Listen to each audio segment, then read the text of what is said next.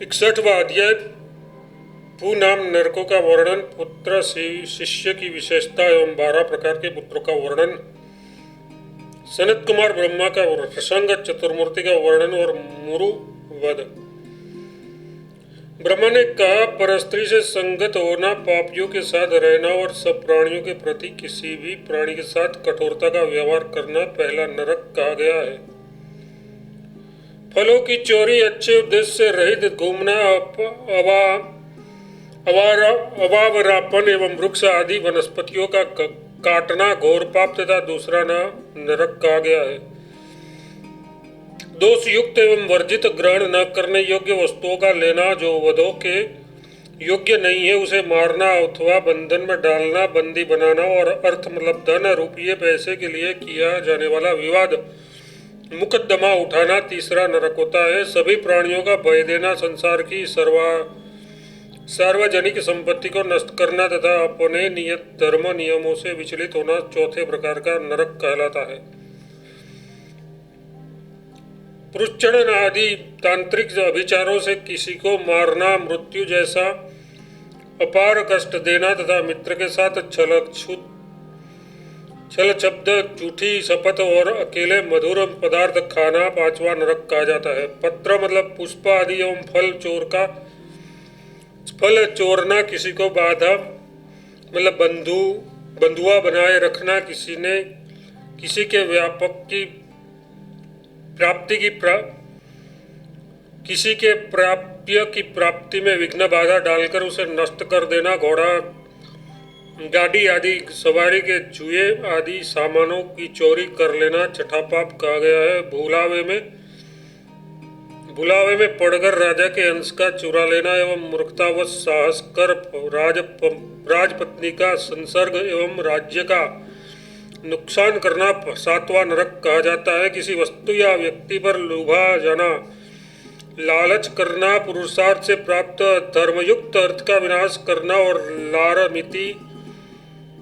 लार मिली वाणी को आठवां नरक कहते हैं। ब्राह्मण को देश से निकाल देना, ब्राह्मण का धन चुराना, ब्राह्मणों की निंदा करना तथा बंधुओं से विरोध करना नवा नरक कहा जाता है। शिष्टाचार का नाश, शिष्ट जनों से विरोध, नादान बालक की हत्या, शास्त्र ग्रंथों की चोरी तथा स्वधर्म का नाश करना दसवां नरक कहा जाता है। षडंग निधन यथार्थ 6 अंग वाली वेद विद्याओं का नष्ट करना और षडगुण यथार्थ संधि विग्रह यान आसन द्वेदी भाव समाश्रय मतलब राजनीति गुणों का प्रतिवेद 11वां घोर नरक कहा गया है। सज्जनों से सदा वैरभाव, आचार से रहित रहना, बुरे कर्मों में लग रहना एवं संस्कार विहीनता को 12वां नरक कहा गया है। धर्म अर्थ एवं सत्काम की हानि, मोक्ष का नाश एवं इसके समन्वय में विरोध उत्पन्न करने को 13वां नरक कहा जाता है। कुपण, धर्महीन, परित्याज्य एवं आग लगाने वाले को 14वां निंदित नरक कहते हैं। विवेकहीनता, दूसरे के गुण में दोष निकालना, अमंगल करना, अपवित्र एवं असत्य वचन बोलने को 15वां नरक कहते हैं। आलस्य करना, विशेष रूप से क्रोध करना, सभी के प्रति अतताई बन जाना एवं घर में आग लगाना 16वां नरक कहलाता है। परस्त्री की कामना, सत्य के प्रति ईर्षा रखना, निंदित एवं उद्दंड व्यवहार करना नरक देने वाला कहा गया है। इन पुण्यम आदि पापों से युक्त पुरुष भी निस्संदेह पुत्र के द्वारा जगतपति जनार्दन को प्रसन्न कर सकता है। पापहारी सुसन्नति से प्रसन्न होकर भगवान जनार्दन पुण्यम के घोर नरक को पूर्णतया नष्ट कर देते हैं। साध्य इसीलिए नरक को पूर्णतया नष्ट कर देते हैं। साध्य इसीलिए सूत को पुत्र कहा जाता है। अब इसके बाद मैं शेष पापों का लक्षण बताता हूँ। द्विजश्रेष्ठ द्वेष, देवगण, ऋषिगण, प्राणियों के ग्रहण, विशेषतः मनुष्यों एवं पितरों का ऋणी, सभी वर्णों को एक समझना, एक ओमकार के उच्चार में उपेक्षा भाव रखना, पाप कामों का करना, मछली खाना तथा अगम्य स्त्री से संगत होना, ये महापाप है। धूर्त तेल आदि का बेचना, चांडाल आदि से दान लेना, अपना दोष छिपाना और दूसरे का दोष प्रकट करना एक घोर पाप है। दूसरे का उत्कर्ष देखकर जलना, कड़वी बात बोलना, निर्दयपना नामक कहने से भी अधर्मजनक टाकीता और तालवादिता, भयंकरता तथा अधार्मिकता के कार्य नरक के कारण है। इन पापों से युक्त मनुष्य भी यदि परम ज्ञानी शंकर को अपनी आराधना से संतुष्ट कर लेता है तो शेष पापों को वह पूर्णतः रूप से जीत लेता है। धर्मपुत्र उस जन्म में किए गए अपने सभी कायिक, वाचिक एवं मानसिक कर्म तथा पापा माता पिता एवं आश्रित जनों और भाइयों एवं बंधुओं द्वारा किए गए कर्म भी विलीन हो जाते हैं। साध्य सुत और शिष्य का यही धर्म है। इसके विपरीत होने पर विपरीत गति प्राप्त होती है। अतः एवं विद्वान व्यक्ति को चाहिए कि पुत्र और शिष्य की परंपरा बनाए रखे। इसी अभिप्राय की दृष्टि से शिष्य की अपेक्षा पुत्र अत्यंत श्रेष्ठ होता है कि शिष्य केवल शेष पापों से मुक्त करता है और पुत्र संपूर्ण पापों से बचा लेता है। पुलस्त जी बोले, पितामह की बात सुनकर साध्य तपोधन सनत कुमार ने कहा, देव मैं 3 बार सत्य का उच्चारण करके कहता हूँ कि मैं अपना पुत्र हूँ, मैं आपका पुत्र हूँ, अतः मुझे आप योग का उपदेश दीजिए। तब महायोगी पितामह ने उससे कहा, पुत्र तुम्हारे माता पिता यदि तुमको मुझे दे दे तो तुम मेरे स्वत्व प्राप्ति में अधिकृत दायाद मतलब भागीदार पुत्र हो जाओगे। सनत कुमार ने कहा, भगवान आपने जो ये दायाद शब्द कहा है उसका अर्थ क्या है, कृपया उसकी विवेचना कीजिए। नारद जी भगवान पितामह साध्य प्रधान सनत कुमार का वचन सुनकर हंसते हुए बोले, वत्स सुनो। ब्रह्मा ने कहा, औरस क्षेत्रज्ञ दत्त कृत्रिम गुणोत्पन्न और अपवित्र ये 6 बांधव दायाद अर्थात दाय भाग के अधिकारी होते हैं। इन 6 पुत्रों से ऋण, पिंड, धन की क्रिया, गोत्र साम्यक, कुलवृत्ति और स्थिर प्रतिष्ठा रहती है। इसके अतिरिक्त कानीन, सहोद्र, कृत, पौनर्भव, स्वयंदत्त और पारसव ये 6 दायाद बांधव कहे जाते हैं। उसके द्वारा ऋण एवं पिंड आदि का कार्य नहीं होता, ये केवल नामधारी होते हैं। ये गोत्र एवं कुल से संपन्न नहीं होते।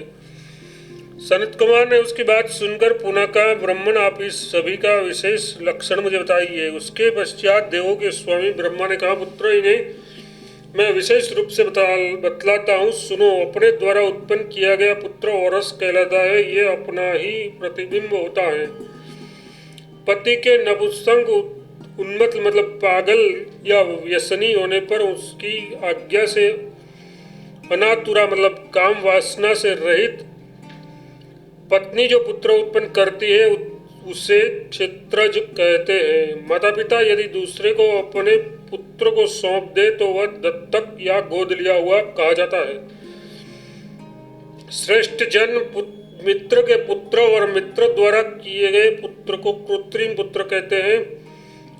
वह पुत्र गूढ़ होता है जिसके विषय में यह ज्ञान न हो कि गृह में किसके द्वारा यह उत्पन्न हुआ है। 12 से स्वयं लाए हुए पुत्र को बाहर से स्वयं लाए हुए पुत्र को अपवित्र कहते हैं। कुमारी कन्या के गर्भ से उत्पन्न पुत्र का नाम कानीन होता है। गर्भिणी कन्या से विवाह के बाद उत्पन्न पुत्र को सहोदक कहते हैं। मूल्य देखकर खरीदा हुआ पुत्र कृत पुत्र कहलाता है। पुनर्भव पुत्र 2 प्रकार का होता है। एक कन्या को एक पति के हाथ में देकर पुनः उससे छीनकर दूसरे पति के हाथ में देने पर जो पुत्र उत्पन्न होता है उसे पुनर्भव पुत्र कहते हैं। दुर्भिक्ष, व्यसन या अन्य किसी कारण से जो स्वयं को किसी दूसरे के हाथ में समर्पित कर देता है उसे स्वयंदत्त पुत्र कहते हैं। सुव्रत ब्याही गई या कुंवारी अविवाहित शूद्रा के गर्भ से ब्राह्मण का जो पुत्र होता है उसका नाम पारसव पुत्र है। पुत्र, इन कारणों से तुम स्वयं आत्मदान नहीं कर सकते, अतः शीघ्र जाकर अपने माता पिता को बुला लाओ। पुलस जी कहते हैं, मुने उसके बाद सनत कुमार ने विभु ब्रह्मा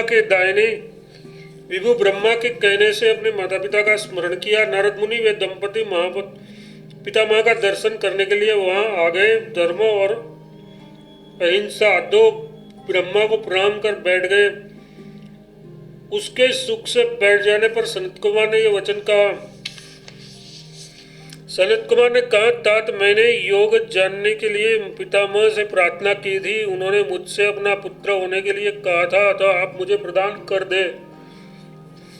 पुत्र के इस प्रकार कहने पर उन दोनों योगाचार्यों ने पितामह से कहा, प्रभु, हम दोनों का यह पुत्र आपका हो। ब्राह्मण, आज से यह पुत्र आपका होगा। इतना कहकर वे शीघ्र ही जिस मार्ग से आए थे उसी मार्ग से फिर चले गए। पितामह ने भी उस विनयी पुत्र सनत कुमार को 12 पत्र योग का उपदेश किया जो आगे वर्णित है। इन भगवान वासुदेव की शिखा में स्थित ओंकार, सिर पर स्थित मेष राशि और वैशाख मास ये उसके प्रथम पत्रक है। मुख में स्थित न अक्षर और वहीं पर विद्यमान वृष राशि तथा ज्येष्ठ मास ये उसके द्वितीय पत्रक कहे गए हैं। दोनों भुजाओं में स्थित मोह अक्षर मिथुन राशि एवं आषाढ़ मास ये उसके तृतीय पत्रक है। उसके नेत्र त्रय में विद्यमान भ अक्षर कर्क राशि और श्रावण मास ये चतुर्थक पत्रक है। उसके हृदय में उनके हृदय के रूप में विद्यमान ग अक्षर सिंह राशि और भाद्रपद मास ये पंचम पत्रक है। उसके कवच के रूप में विद्यमान व अक्षर कन्या राशि और आश्विन मास ये षष्ठ पत्रक है। उनके अस्त्र समूह के रूप में विद्यमान ते अक्षर तुला राशि और कार्तिक मास ये सप्तम पत्रक है। मुने, उसके नाभि रूप से विद्यमान वा अक्षर वृश्चिक राशि और मार्गशीर्ष मास ये अष्टम पत्रक है। उसके जघन रूप में विद्यमान सु अक्षर धनुराशि और पौष मास ये नवम पत्रक है। उसके उरु युगल रूप में विद्यमान दे अक्षर मकर राशि और माघ मास ये दसम पत्रक है।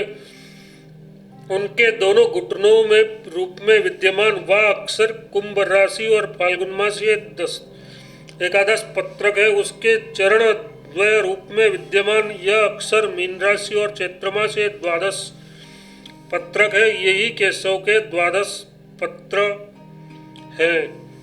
उनका चक्र 12 नाभियों और 3 व्यूहों से युक्त है। इस प्रकार की उन परमेश्वर की एक मूर्ति है। मुनिश्रेष्ठ, मैंने तुमसे भगवान के इस 12 पत्रक ओम नमो भगवते वासुदेवाय इस स्वरूप का वर्णन किया, जिसके जानने से पुनः जन्म मरण नहीं होता। उसका द्वितीय सत्वमयी श्री वत्सधारी अविनाशी स्वरूप चतुर्वर्ण चतुर्मुख चतुर्बाहु एवं उदार अंगों से युक्त है। हजारों पैरों एवं हजारों मुखों से संपन्न श्री संयुक्त तमोगुणमयी उनकी तृतीय शेष मूर्ति प्रजाओं का प्रलय करती है। उनका चतुर्रूप राजस है। वह रक्त वर्ण 4 मुख एवं 2 भुजाओं वाला एवं माला धारण किए हुए है। यही सृष्टि करने वाला आदि पुरुष रूप है।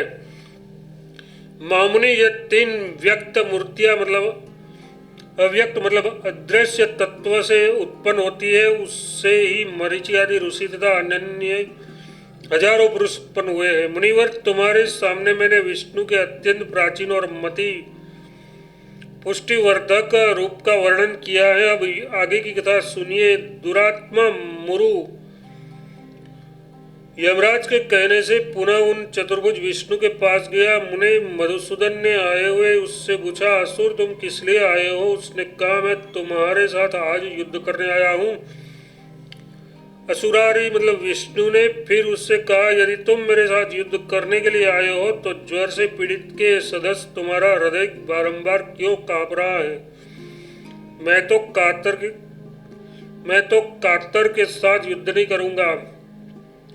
मधुसूदन के इस प्रकार कहने पर कैसे कहा इसका? इस प्रकार बार बार कहते हुए बुद्धिहीन मुरु ने अपने हृदय पर हाथ रखा। उसे देखकर हरि ने आसानी से अत्यंत लाघवता से चक्र निकाला और उस शत्रु के हृदय कमल पर उसे छोड़ दिया, जिससे उसका हृदय विदीर्ण हो गया। उसके बाद सभी देवता संताप रहित होकर भगवान पद्मनाभ विष्णु की स्तुति करने लगे। ब्रह्मा ने तुमसे तीक्ष्ण चक्र धारण करने वाले विष्णु द्वारा कौशल से किए गए दैत्य के विनाश का वर्णन किया। इसी से विभु नृसिंह मुरारी नाम से प्रसिद्ध हुए। इस प्रकार से वामन पुराण में 61वां अध्याय समाप्त हुआ।